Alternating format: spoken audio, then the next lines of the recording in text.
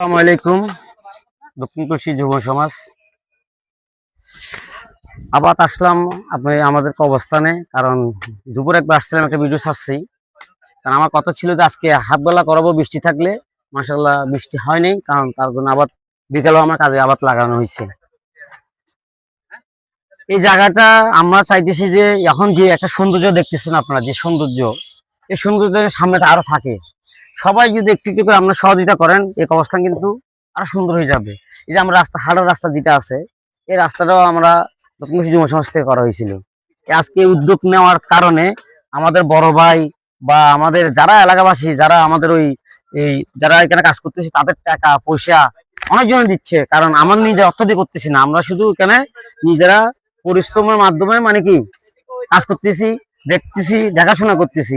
কিন্তু টাকা পয়সা তো আমাদেরকে বড় ভাই বা আমাদের এলাকাবাসী যারা ভালোবাসে, অবস্থান মানে শেষ ঠিকানাকে ভালোবাসে, ওনারাই আমাদেরকে কি সহযোগিতা করতেছে। এখন এই যে অবস্থানটা দেখেন, এত যে সুন্দর হয়েছে, বৃষ্টি হোক বা ঝড় হোক, তখন মাশাআল্লাহ পানি জমবে না। কিছু কিছু গাঁথা আছে, এগুলো আমরা পুরো ফেলবে 2-1 দিনের ভিতরে। আর আমাদের হাইস 2-1 দিন কাজ করলে মোটামুটি সব ঠিক হয়ে যাবে। আমি এখন কথা বলবো এখানে যারা কাজ করতেছে তাদের সাথে। এই মামা, হুম, শর্টকাট করে একটা কথা আপনাকে প্রশ্ন করে আপনি সেটা উত্তর দিবেন। আপনার তো আজকে মনে করেন 10-15 দিন তো কাজ করতেছেন আপনি। হ্যাঁ মামা, 10-15 দিন এখানে এই যে কাজ করতেছেন, মানে আপনারা মানে শেষ ঠিকানা হিসেবে যে কাজটা করতেছেন, মানে আপনাদের চোখে কেমন লাগে, বা আপনারা যে কাজ করতেছেন, যে পরিশ্রমটা করতেছেন, তার বেতন বা কোনো ঘাটতি কোনো কিছু আছে নাকি আপনাদের? মামা শুনেন, কামটা কবরস্থানে তো দেখা পরিষ্কার করা দরকার। যে অপরিষ্কার থাকে মামা, নিজের একটা খারাপ লাগে।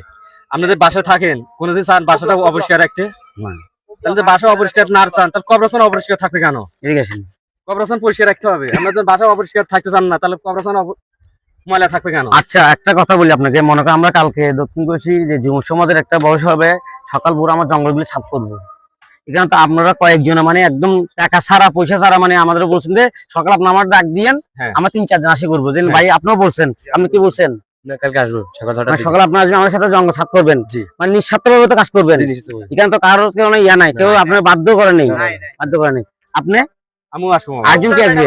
হ্যাঁ, আরো 2-1 জন বলছে আমার আমাকে। কথা মামা শুনেন, আমারটা আমি বলতে পারি, আমি আসবো ইনশাল্লাহ।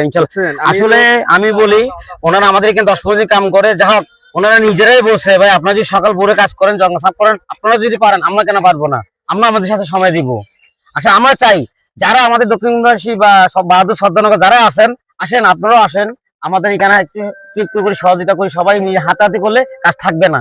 মাশাআল্লাহ, এই সাইডটা আপনার পুরোটা দেখেন,